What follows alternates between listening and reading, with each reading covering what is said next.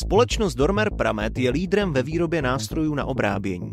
IT firma IT-Mate se zase stará o kyberbezpečnost dánským způsobem a Cominfo vyrábí turnikety, přes které projdete i v mrakodrapech v New Yorku. Proč to říkám? Všechny tyto firmy kromě toho, že působí na mezinárodních trzích, mají jedno společné.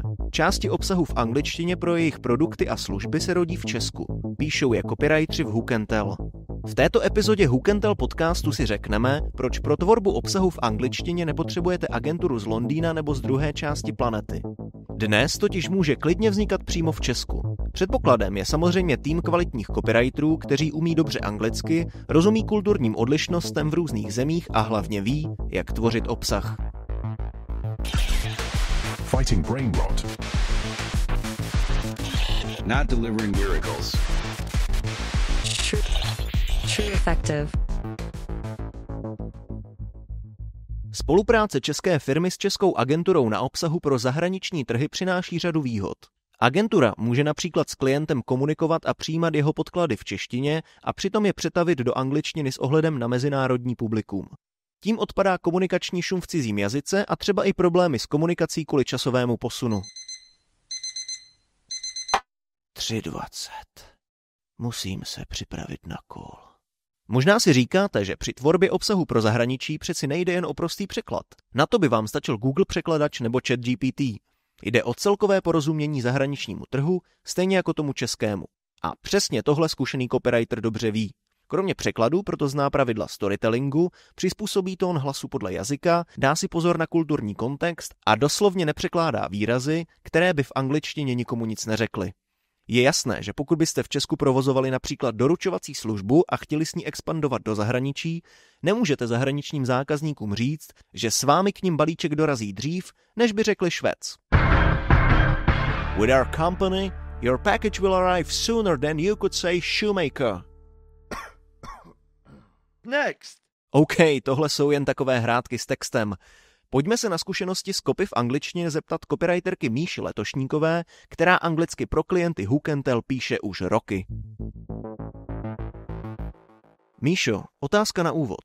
Proč je za tebe důležité mluvit o tom, že obsah v angličtině pro české firmy nemusí vznikat v zahraničí, ale může vznikat přímo v Česku? Protože jako není důvod, aby ten obsah v Česku nevznikal, pokud ta firma v Česku sídlí, tak se úplně v pohodě může spojit s nějakými českými copywritery, kteří se tomu věnují a můžou takhle vytvářet obsah. Co tobě pomáhá při psaní pro zahraniční trhy? Tak já nad tím přemýšlím tak, že jako ten zahraniční trh, že to je jenom jedna taková ingredience, že co je pořád klíčový, tak je nějaká ta cílová skupina, pro kterou tvoříme, kterou musíme poznat dobře, ať už skrze toho klienta, který by o tom jako svým zákazníkovi měl vědět hodně. Děláme pro mediální společnost, která má hlavní sídlo v Česku, ale působí vlastně ve střední a ve východní Evropě.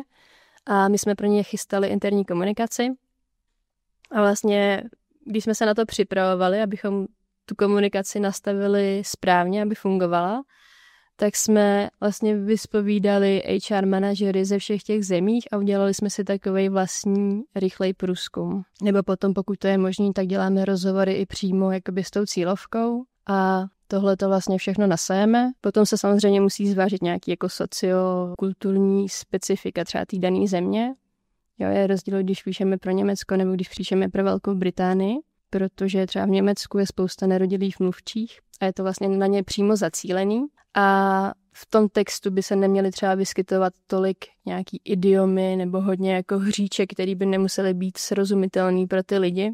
Takže na to je jako důležitý si dávat pozor. A jak si ověřuješ, že výsledek zní přirozeně pro rodilé mluvčí? Tak si to potom ověřujeme na tom, jak ten obsah funguje, jestli je srozumitelný, samozřejmě ho i klient reviduje.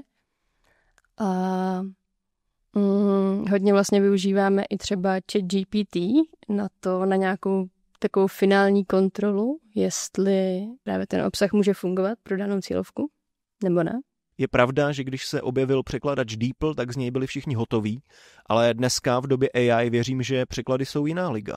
Jak ti teda ChatGPT pomáhá? Třeba jak jsi zmínil ten DeepL nebo nějaký Google Translator, tak to už nepoužívám vůbec. Když si chci jako něco hodně rychle přeložit, tak to hodím do chatu a ten to poměrně slušně vygeneruje. K čemu ho využívám, tak je hlavně nějaká finální kontrola těch textů, ať už vlastně z pohledu nějaký jako gramatiky, aby tam nebyly žádný prostě blbosti, tak i nějaký překlepy. Vlastně dřív jsme ty texty nebo ty naše výstupy posílali na proofreading, kde procházeli nějaký studovaní lingvisté nebo native speakeri. Ale vlastně teďka jako tu jejich roli zastoupil vlastně poměrně dobře ten chat. Takže na to využívám. A další takovej způsob, k čemu se hodí, tak je právě si třeba vyrešeršovat nějakou tu cílovku. V případě, že nám klient neposkytne tolik informací nebo nemáme jako možnost se dostat přímo k těm lidem, nemůžeme se je třeba vyspovídat, tak je fajn si udělat takovou rychlou rešerši právě v chatu. Jinak co se týče vlastně těch nějakých slovníků nebo jako těch rychlých překladačů, tak já hodně využívám výkladový slovníky, kdy si dohledávám třeba nějaký slovo, když si nejsem jistá, v jakém kontextu se používá, nebo jestli ho mám já správně v nějakém daném kontextu, tak tam si to člověk jako velmi dobře ověří. Kde vidíš ty největší rozdíly mezi češtinou a angličtinou, které ovlivňují, jak píšeš? Tak je rozdíl samozřejmě mezi angličtinou a češtinou v tom, že ta angličtina je mnohem víc jako pozitivnější, je taková nabustovanější a člověk nad tím musí přemýšlet jako s trošku jiným mindsetem. A to vlastně souvisí i s tím překládáním jakoby z češtiny do angličtiny, že často se ten text musí hodně, jako aby byl takovej nabuzený, aby jako byl víc expresivní než třeba v té češtině. V češtině stačí říct, že je něco dobrý, ale v angličtině to musí být prostě úplně wonderful, amazing.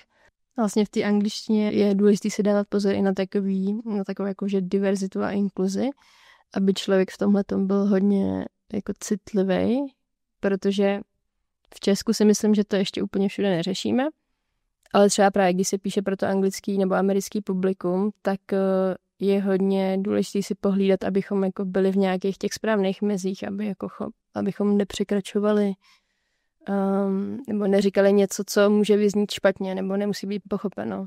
A to si myslím, že se týká třeba i překladu humoru, kdy jako my Češi máme takový docela specifický humor, umíme si ze sebe udělat legraci, ale když se to překlápí jako do jiného jazyka, tak to často nevyzní dobře. Někdy to může vyznít i jako pasivně agresivně.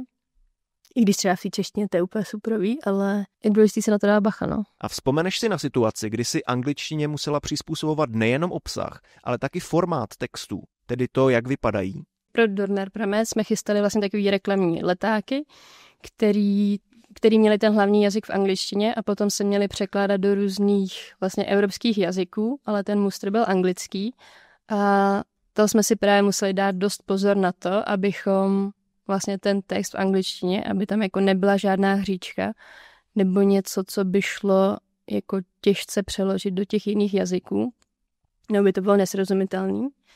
A v tomhle případě jsme si hlídali třeba i dílku toho textu, protože angličtina je hodně jako výstižná a potom, když se to překládá do jiných jazyků, tak se to může dost natáhnout, ten text. Takže na to si dáváme pozor. Primárně teda ve věcech pro print. Na jakou úroveň angličtiny by se člověk měl dostat, než začne anglicky psát? A co v tomhle ohledu pomohlo tobě?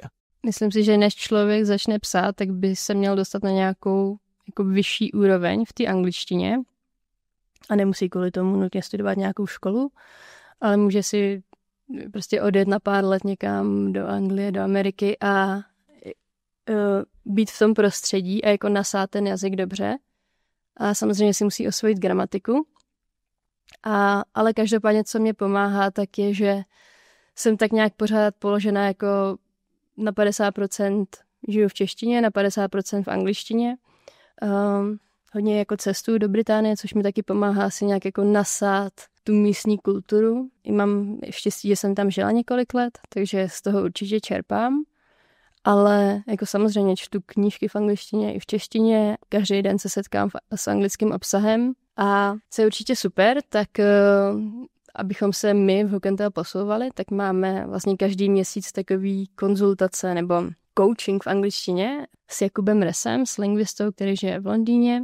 A vlastně na těchto setkáních s ním procházíme ty naše texty, anebo i třeba texty cizí, přímo jako autentický anglický texty. Vlastně to procházíme z jazykového hlediska a sledujeme na tom, co je dobře, co by šlo vylepšit, co by šlo posunout a tak. A kdo je podle tebe ideální klient, pro kterého může anglický obsah vznikat z Česka? Tím ideálním klientem jsou české firmy nebo firmy, které sídlí v Česku. Nemusí to být nutně česká firma, ale měla by aspoň ten marketing mít tady. A vlastně ta naše výhoda je, že my jednak můžeme s nimi komunikovat v češtině, dál můžeme vlastně si od nich získávat podklady v češtině, nemusí nám to nikdo překládat do angličtiny. Taky potom, když se třeba spolupracuje vlastně s experty z té firmy, tak je úplně v pohodě, když je vyspovídáme my prostě v češtině a potom vznikne ten obsah v angličtině. Tím, že třeba spousta lidem jako není příjemný nějakým způsobem komunikovat v angličtině. Takže to je určitě naše velká výhoda. Taky náš benefit je to, že dokážeme paralelně připravovat texty, jak v češtině, tak v angličtině. A to funguje tak, že si s tím klientem vždycky řekneme, který jazyk je ten primární, ve kterém budeme tvořit jako první, ať už to je čeština nebo angličtina. A potom vlastně, když si odsouhlasíme ten výstup, tak se to až potom překládá nebo přehazuje do toho druhého jazyka. Setkala ses někdy s tím, že by česká firma nedůvěřovala české agentuře, že dokáže psát kvalitní copy v angličtině? Já si myslím, že k nám se dostanou už ty klienti nebo už ty firmy, který nám v té angličtině důvěřují nějakým způsobem. Že asi kdyby nám někdo úplně nevěřil, tak nás neosloví, si myslím. Ale samozřejmě se setkáváme někdy s nějakými poptávkami, kdy si myslím, že ti klienti mají třeba nějakou zkreslenou představu nebo jako nechápou, co obnáší jakoby překlad copy, že to není vyloženě jako překlad 1:1, ale že do toho vchází vlastně spousta dalších věcí, ať už jakoby zohlednění nějaký ty zahraniční cílovky nebo toho jiného trhu. Stalo se nám, že jsme dostali prostě poptávku, že někdo chtěl přeložit vyloženě jako český web, který už měl napsaný a úplně se mu nelíbilo to naše nacenění, protože jako aby to bylo kvalitní, tak jsme to chtěli vlastně přepsat celý úplně. Ani se nám nelíbil ten český text. Takže tam jako spíš došlo k nepochopení. Ale co by si měly firmy promyslet předtím, než jako začnou tvořit vyloženě obsah v angličtině, tak asi by si měli promyslet jako tu motivaci, proč to chtějí dělat, čeho chtějí docílit. A v tenhle moment nás můžou oslovit a my jim jako navrhneme, co za obsah tvořit. Navrhneme jim nějakou strategii. Případně nás můžou oslovit s tím, že chtějí třeba tvořit, 2 články měsíčně s nějakými jejich firemními experty. Potom by asi měli vědět, jako jestli to chtějí mít teda v britské angličtině nebo v americké. My, když píšeme pro evropský trhy, tak defaultně jako píšeme v britské angličtině. Bylo by fajn, aby věděli něco jako o ty cílovce, aby nám byli schopni zprostředkovat vlastně, jako pro koho teda píšeme a kdo jsou ty lidi, jak se chovají a tak no.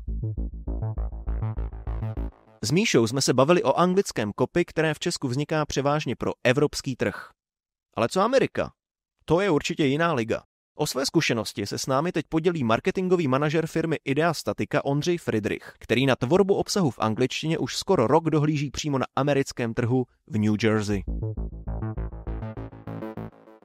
Ondřeji, ještě předtím, než jste odjel pracovat do Ameriky, co jste si myslel o kvalitě textu v angličtině pro americký trh, který pod vámi vznikal z Česka? Samozřejmě jsem si myslel, že děláme skvělý obsah, že píšeme výborný texty, že se to zákazníkům hodí a líbí, jak to píšeme. Spousta z toho byla určitě hodnotná, náš web rostl organickou návštěvností, měli jsme hodně návštěv z Google, prostě z těch standardních nástrojů, takže jsme si mysleli, dobře, děláme to fajn, děláme to tak, jak je potřeba.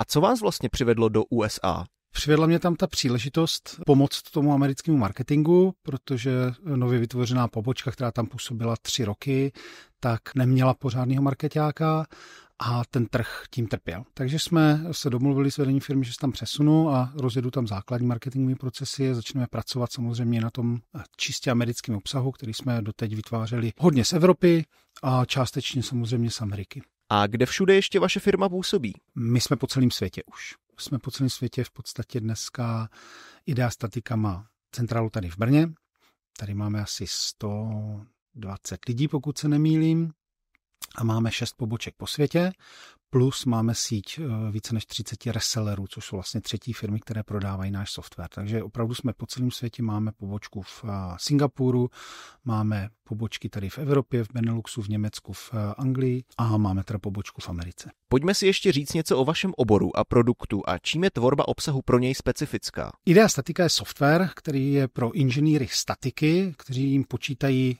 detaily pro statické prvky v budově, no v jakékoliv konstrukci. Ten trh je specifický, nebo ta oblast je specifická hned několika věcmi. Za prvé, inženýr statik je by default od přírody velmi skeptický člověk, velmi opatrný člověk a je to člověk, který úplně nenaletí na nějaký marketingový řečičky. Jo, on opravdu umí a je to jeho bytostná podstata, ověřuje si informace. On si ověřuje, jak funguje budova, jestli mu zůstane stát, on za ní zodpovídá svým životem. Takže on opravdu potřebuje data, informace velmi, velmi věcně podané. A pak je ještě ten americký statik, který ještě ke všemu k tomu přidává to, že samozřejmě v Americe fungují jiný stavební kódy, jiný stavební normy, jiný stavební principy, to znamená to, jak se například spojí sloup a nosník v Evropě, tak v Americe se spojuje jinak, jinou technikou. Takže on potřebuje vidět ty svoje věci, navíc přemýšlí v jednotkách, inčích, stopách a tak dále, nikoli v milimetrech, centimetrech. A za čtvrté, on okamžitě pozná, když něco evropský a bude se tomu bránit. On prostě bude věřit americkému softwaru, bude věřit americkým věcem. Takže to jsou v podstatě 4 podmínky, které vy musíte mít na vědomí, když ten obsah vytváříte a musíte se tomu přizpůsobit. Aha, a jak tedy reaguje americký statik, když vidí evropský software? Velmi skepticky. Je opravdu opatrný. My se snažíme třeba z našeho obsahu jako vymazat jakýkoliv záznam o tom, že by to bylo jakoby evropský. Ne, že bychom na webu předstírali, že jsme americká firma, to zase ne, ale prostě když vytváříme obsah, tak tam opravdu musí být obrázek, který zobrazuje jeho nebo americký specifický prvek. Nesmí tam být zmínka o eurokódu a když je, tak musí být až na 2., 3. místě. Prostě první musí být americká norma, což je třeba u ocelí, se nazývá AISC. Takže mluvíte prostě jenom o tomhletom kódu a ve chvíli, kdy to tam není, ve chvíli, kdy máte obrázek, na kterém je vidět milimetry, to je zase něco evropského. To nebude fungovat tady. Prostě my tady máme jiný principy a ten software s tím nebude počítat. Měli jste ještě v Česku popsanou personu amerického statika? Měli jsme ji popsanou, my jsme měli popsanou personu statika jako obecně, ale oni mají ještě svoje, řekněme, niance. Oni mají svoje odstíny. Jsou statici, kteří počítají jenom nějaké detaily staveb, pro ty je třeba hodně zaměřený náš software. Pak v Americe je poměrně specifičtější role říká se tomu Engineer of Records. Člověk, který má na starosti v podstatě veškeré výpočty a veškeré informace o tom daném projektu. A ten taky počítá statiku té budovy, ale už se třeba tolik nezaměřuje na detaily. Neměli jsme v podstatě vyladěné tady ty niance toho, pro koho je která informace určená. Pracovali jsme na tom, ale až když na tom trhu jste, tak ty rozdíly vidíte mnohem jako patrněji. Jaký potom přišel reality check, když jste se přestěhoval a začal na obsah dohlížet přímo z Ameriky? Nebyl to vysloveně žádný aha moment, ale bylo to prostě postupný krůčky. Vytvořili jsme obsah a najednou sedím nad tím s kolegyní, která je inženýrka, statička, Američanka a to mi říká, ale tady chybí to, takhle nemůžeme tam dát ten obrázek, není to jenom o textu, je to i o obrázku, je to prostě o propojení veškerého obsahu. Takhle by to inženýr v Americe neřekl. Nemůže tam být použitý tohle slovo, protože sice v evropské angličtině se použije, ale v americké angličtině pro třeba daný přípoj používáme jiný termín. A to jsou prostě věci, které, když nejste v té Americe, nesedíte s těma americkými statikama, tak prostě nevíte.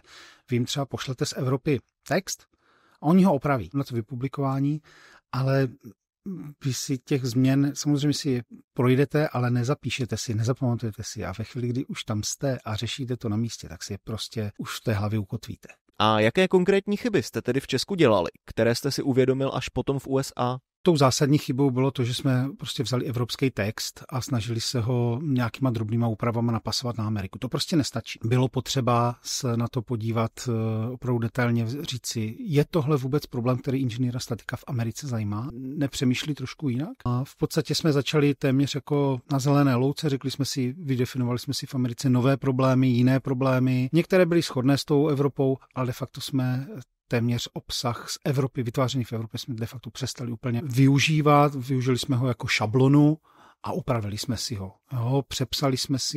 Přepsali jsme slova, vyměnili jsme obrázky, prostě veškerý obsah jsme kritickým okem zhodnotili a předělali. Projevilo se potom to, že obsah tvoříte za oceánem i na lepším performance obsahu? Samozřejmě bych hrozně rád řekl, že jo, ale jsou to všechno spojitý nádoby. Už ten fakt, že jsme prostě měli na marketing člověka v Americe, který se zabýval tou Amerikou, začal působit na tom trhu, začal aktivně komunikovat, tak už to primárně pomohlo tomu obsahu jako takovému. Když jsem se díval na performance našich stránek, tak rostou, což dnes v době vyhledávání přes AI už není tak obvyklý, tak náš obsah pořád jako ještě roste. Takže je tam vidět progres. Neříkám, že to je čistě jenom tím, že jsme začali publikovat precizněji formulovaný americký obsah. Jak jste přistupovali k tónu a hlasu značky pro americký trh? Já si myslím, že ho nemáme úplně ještě jasně ukotvený. V Evropě, nebo zejména třeba v Česku, znalost té značky je obrovská. Tady opravdu každý statik v Česku, Idea Statika firmu zná, je pro něj synonymem i úspěchu, i toho, jak se dá dělat statika jinak, než třeba byli do té doby zvyklí. V Americe stavíme všechno na zelené louce. Ty problémy už jsem v podstatě vyjmenoval. Jednak je Amerika strašně veliká a abyste tam byli slyšet, tak prostě potřebujete řvát. Jo? Takže potřebujete působit na spoustě kanálů, být opravdu hodně aktivní. Co se týče tone of voice, jak říkám, trošičku ho hledáme. I třeba jsme se snažili pro tu Ameriku ho malinko změnit, vyzkoušet trošku jinou pozici, třeba řeknu hravější nebo takovou neformálnější, protože ta Amerika je neformální. Neřeknu, že by to nějak jako fungovalo nějak extrémně dobře nebo extrémně špatně. Prostě spíš to je takový hledání té pozice. Napadá mě, jestli se liší, když obsah tvoříte pro různé americké státy. Přece jen to může být 50 různých trhů. Ano, může, a to je na tom ještě ten největší jakoby háček, protože tak, jak jsem popisoval, že jsou třeba rozdílné role těch statiků ve státech, tak ještě ke všemu jinak funguje vlastně východní pobřeží a jinak funguje západní pobřeží. Na západním pobřeží máte zemětřesení, je to seismická oblast a stavby tam musí fungovat jinak. Fungují v nich jiné principy, fungují v nich jiné normy a staví se podle jiných standardů. Takže vy musíte, když komunikujete se západním pobřežím, zvedáte jiný problémy a zmiňujete jiný problémy, než třeba zmiňujete na východním pobřeží. Takže ano, i se snažíme rozlišovat tady tuhletu komunikaci. A nevnímal jste předtím, než jste tam odjel pracovat Spojené státy, spíš jednolitě jako jednu velkou zemi? Určitě to tak bylo. Samozřejmě jsme věděli, že na západě Ameriky je seismická oblast, že bychom tam měli komunikovat seismická témata, ale pořád to bylo vnímání, tady máme americký trh a musíme na ně něco přivést. Na druhou stranu opravdu my jsme na tom trhu působili 3, možná necelé 4 roky, takže jsme byli opravdu v plenkách a de facto cokoliv se tam přineslo, tak mělo nějakou hodnotu. A vy to prostě stavíte jako pyramidu ze spodu a musíte to dělat trpělivě a pečlivě. Nejdřív jsme to vnímali samozřejmě jako homogenní oblast, ale pak jsme začali už před mým příjezdem jsme začali trošičku rozlišovat ty role a rozlišovat právě ty persony, které na tom trhu jsou a zjišťovat, že vlastně jsou opravdu trošičku jiný a mají jiné povinnosti. I třeba z pohledu těch procesů mají jiné povinnosti na tom západním a na tom východním pobřeží. A vnímáte ty rozdíly podobně i v různých evropských zemích? Řekl bych, že ta Evropa je relativně uniformní, byť rozdílný jazyky, tak platí tady jednotná norma, která má třeba nějaké niance v Anglii, má nějaké niance ve Francii, ale pořád je to jako evropská norma a platí tady nějaké matematické a fyzikální vzorce. A je zajímavé, že v Americe prostě jsou jiné. Jo, a de facto i ta matematika a fyzika tam de facto může fungovat v úzovkách trošičku jinak. Pojďme se už podívat na vaši práci prakticky. Jak tedy funguje copywriting a tvorba obsahu ve vašem americkém týmu? Ať to upřesním, my nepoužíváme úplně externí copywritery, máme vlastní lidi, máme inženýry statiky, kteří přišli k nám do firmy a píšou o tom softwaru, to znamená popisují ho, píšou tutoriály, píšou blogy, připravují webináře, píšou case studies. Je tam ta obrovská výhoda, že oni tomu rozumí. Oni rozumí tomu problému, který ten statik má, ve většině případů prostě si ho dokážou představit. Ale zase to nejsou opravdu profesionální kopíci, kteří znají zákonitosti copywritingu. Nevěnují se SEO, nevěnují se prostě ideální skladbě toho obsahu. Spíš je to o tom, že tuhle roli potom přibírá marketing, vezme ten jejich obsah a upravuje ho tak, aby byl self-friendly, aby byl prostě dohledatelný, aby měl ideální strukturu, aby tam byly CTAčka na konci. Takže v Americe jsme měli 2 produktové inženýry, kteří teda psali obsah a spíš to bylo zase o tom, že jsme si společně sedli, vydefinovali jsme, jaký obsah budeme tvořit, proč ho budeme tvořit, jaký bude jeho cíl a začali jsme mnohem úžej spolupracovat na té tvorbě, tak jak jsem ji vlastně popsal, což tam do té doby pořádně nebylo.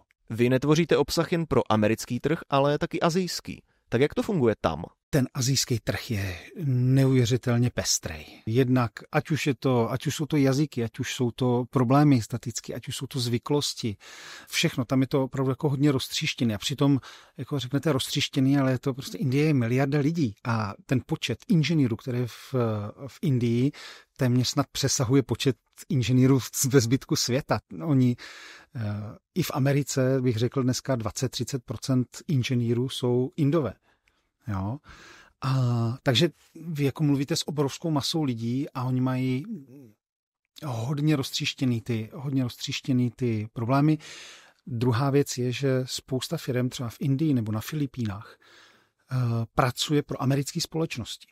A oni část problému řeší v eurokódu nebo pro eurokód, pro evropské firmy, část problému řeší pro americké firmy v amerických kódech a v amerických normách, část statiky řeší pro domácí trhy, kde zase platí jiné normy, zase jiné trhy a vy tomu musíte přizpůsobit všechno. Vy tomu přizpůsobujete ten software, vy tomu přizpůsobujete tu řeč, vy tomu přizpůsobujete ten obsah jako takový a samozřejmě to nejde úplně všechno obsáhnout z jedné firmy. Jo? K tomu potřebujete ty resellery, aby komunikovali s tím trhem, aby komunikovali s tím statikem, protože ho znají nejlíp ty problémy na tom místním trhu. No, zkušenosti vám určitě nechybí.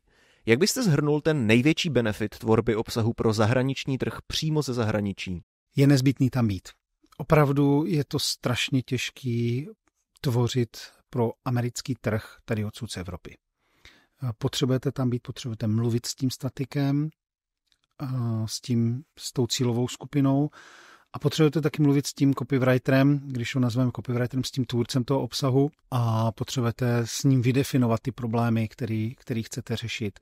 Potřebujete s ním vydefinovat, jak to copy má být vytvořené, jak má vypadat a učíte se od sebe navzájem. To platí asi pro každý trh, ale opravdu Amerika má ještě 1-2 specifika navrch, o kterých jsem už mluvil. Kde potom vidíte limity českého copywritera, který píše anglicky? My takhle jako se snažíme pracovat, máme kolegy tady v Brně, kteří nám pomáhají s nějakým americkým obsahem, ale je vidět, že to je pro ně hodně náročný. Jednak musí znát normu, musí znát kód. Jenom ten kód má 1000 stránek.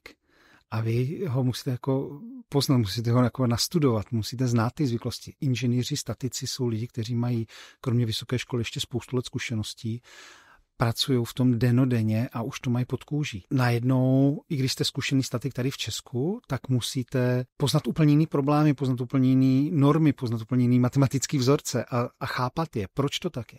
A pak do toho přijde ještě jeden level, kde si myslím, že vůbec zatím tady ti statici z Česka nedokážou jít a to jsou ty zvyklosti. Nejsou to úplně třeba principy popsané v normách, ale jsou to zvyklosti. Takhle se to v Americe dělá. A tohle prostě nepřekonáte tím, že pracujete zvenku. Můžete si to zkoušet nastudovat, můžete si projít redditové diskuze, všechno možný, ale pořád prostě ve chvíli, kdy to nezačnete skutečně dělat, že jste statik a vyzkoušíte si to na tom daném trhu, tak tohle je bariéra, která se podle mě bude hodně těžko překonávat. A jak teď? Z pohledu za oceánem hodnotíte podklady z Česka, které dostáváte? Dívám se na ně s tou zkušeností, kdy jsme si i my sami ve firmě řekli, že v podstatě to, co nám přichází z Evropy, z Brna, tak je pro nás opravdu spíš jenom šablona. Je to nějaká idea, o čem bychom měli psát a my si pak ten problém uchopíme sami. A je to všechno. Vezmu si leták. Prostě mám leták, přepíšu 1/3 textu, ale využiju jeho strukturu. Využiju to, kde je headline, využiju to, kde je popis problému, využiju to, kde jsou prostě odrážky, ale už třeba si 2-3 odrážky poměním si jejich obsah, ale nepoměním si jejich význam. Vezmu si obrázky a z 10 7 vyměním. Už to beru opravdu jako šablonu a musí si toho být jakoby vědomá i tady ta buňka v tom Brně, která musí tohleto vidět a musí i s tím pracovat. Nevytvářet zbytečně tisíce věcí, a zaměřit se na to, opravdu připravujeme šablony, chceme, aby to vypadalo takhle a ať si to přizpůsobí každý trh pro sebe. A s touhle myšlenkou v podstatě i půjdeme dál, protože tohle je feedback, který máme víceméně ze všech trhů, i třeba z toho asijského. Dejte nám nějaké vzory, my si jich budeme držet, ale už si to přizpůsobíme sobě. Kdy z vašeho pohledu dává smysl, aby se obsah pro zahraničí rodil v Česku? Je to asi tak, jak jsme už o tom mluvili, jak jsem to už zmínil. Pokud se rodí obsah v Evropě, je primárně zaměřený na Evropu svýma zvyklostma, svýma odkazama na normu a tak dále. A vytvářet obsah pro Ameriku musí vytvářet Američan. Pokud by to byl copywriter úplně externí, to znamená nebyl by statik, má ještě minimálně o 2 až 3 problémy víc. Já vím, pracoval jsem se spoustou copywriterů, nicméně i třeba v bývalých zaměstnáních, ale v oboru statiky jsme, přiznám se, ještě nenašli copywritera, který by opravdu byl schopen jít víc do hloubky toho problému. Dokáže napsat třeba jednodušší článek s jednoduššími principy, obecnější, který pomůže, řekněme, SEO vyhledávání, ale už nebude řešit hlubší problém toho statika. Tam si myslím, že dokonce jako narážíme na nějaké limity toho copywritingu, externího copywritingu, protože jako expertní znalost v oboru, kde opravdu ani samotné vystudování vysoké školy vám nestačí na to, abyste napsali kvalitní článek, tak prostě zatím jsme nenašli externího copywritera, který by nám byl schopen vytvořit text, který bychom si řekli, jo, tohle je prostě perfektní, tohle jde do hloubky a opravdu to vyřeší ten problém. Možná jsme jenom špatně hledali. Na co by si měl český copywriter, který píše anglicky, dávat pozor? Zažil jste nějaké takové slovní obraty nebo faux pas? Faux pas jsme ještě jako nezažili, ale samozřejmě je to spíš o tom, že jako copywriter nebo tvůrce obsahu chcete pracovat pestře s tím jazykem a chcete používat idiomy, chcete používat prostě vtípky a zase pokud nejste prostě rodilý Američan, neznáte třeba americké televizní show, tak se vám tyhle ty vtípky strašně špatně tvoří, protože prostě tak, jak v Česku máme Cimrmana a polovina národa je ho schopna citovat, tak v Americe mají zase jiný věci a pokud tam prostě nejste a nevyrůstáte v tom, tak tyhle vtípky prostě neznáte, nemůžete se jich chytit. Oni vám pomůžou v té tvorbě obsahu, aby byl pestřejší, živější. A když to prostě nemáte pod tou kůži, tak ta jiskřička tomu prostě může chybět tomu obsahu. Dneska vám v tom strašně pomáhá AI. Jo? Jako když jsme měli jenom překladač, nějaký DeepL, Google Translate nebo něco, tak si člověk řekl, dobře, zadám tam nějaký, ale on vám to přiložil téměř doslova a to je nepoužitelný. Dneska už prostě, když pracujete s AI, tak ona už vám napoví, tohle to jsou podobný výrazy, podobný idiomy.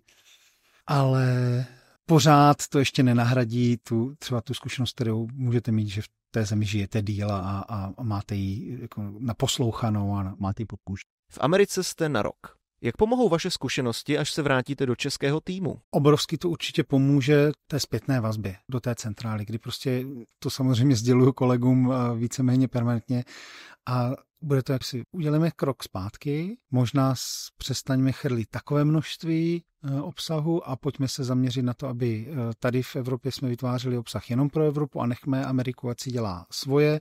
Proto tam také teď najímáme amerického markeťáka, aby už si to řídil po americku s americkými kolegy a opravdu už budeme vytvářet mnohem víc takové izolovanější buňky v těch jednotlivých pobočkách, které budou mít odpovědnost opravdu čistě za ten obsah a my jim k tomu musíme podat nástroje, musíme jim k tomu podat právě ty šablony, právě to, co jim usnadní tu práci, že nebudou muset vymýšlet všechno úplně na holém stole, ale už budou mít něco v rukách a budou se to moc držet a jenom to přizpůsobí tomu trhu. A na závěr taková otázka na odlehčenou. Jak hodnotíte Američany z hlediska pracovní etiky a zápalu? Tohle je hodně citlivý téma. Moje zkušenost je taková, že Američan jako takový pracuje, nechci to říct úplně naplno, myslím si, že tam takový zápal není. Je tam obrovský podíl práce z home officeu. Trošku teď paušalizuju, já to nemám úplně rád, ale paušalizuju. Prostě v pátek v 1 už jako sedí někde v autě a míří směrem na pláž, pokud bydlí někde poblíž pobřeží. Já bych řekl, že tady v Evropě, aspoň je to moje zkušenost, je ta pracovní morálka, pracovní etika vyšší. Já jsem člověk, který preferuje práci v kanceláři, protože ji minimálně pro sebe sama vidím jako efektivnější, pomáhá mě růst. Američan říká, pro mě remote není problém. Ale je to vidět třeba i na tempu, jak věci vznikají, jak dlouho to trvá, že ten remote vás ve spoustě věcí jako brzdí. Neplatí to úplně paušálně, určitě ne pro každý obor, určitě je v Americe spousta jako dříčů a spousta lidí, kteří pracují od nevidím do nevidím, ale minimálně třeba v tom marketingu ten můj pocit z toho takovýhle je. Dobrá. Já vám přeju hezky strávený zbývající čas v Americe a moc děkuji za rozhovor. Já taky děkuji. A tak se nabízí otázka. Kde leží ta hranice, kdy je v pořádku tvořit obsah pro zahraniční trhy z Česka a kdy už je lepší být přímo na místě? Je jí oceán mezi Evropou a Amerikou? Dost možná. Důležitější však než hledat hranici je hledat porozumění. Zkušený copywriter se totiž nemůže spokojit pouze s tím, že umí anglicky. Stejně jako v Česku musí znát svůj rybníček a kulturu prostředí, pro které píše. Protože nejde jen o slovíčka, ale o mnohem hlubší kontext za nimi.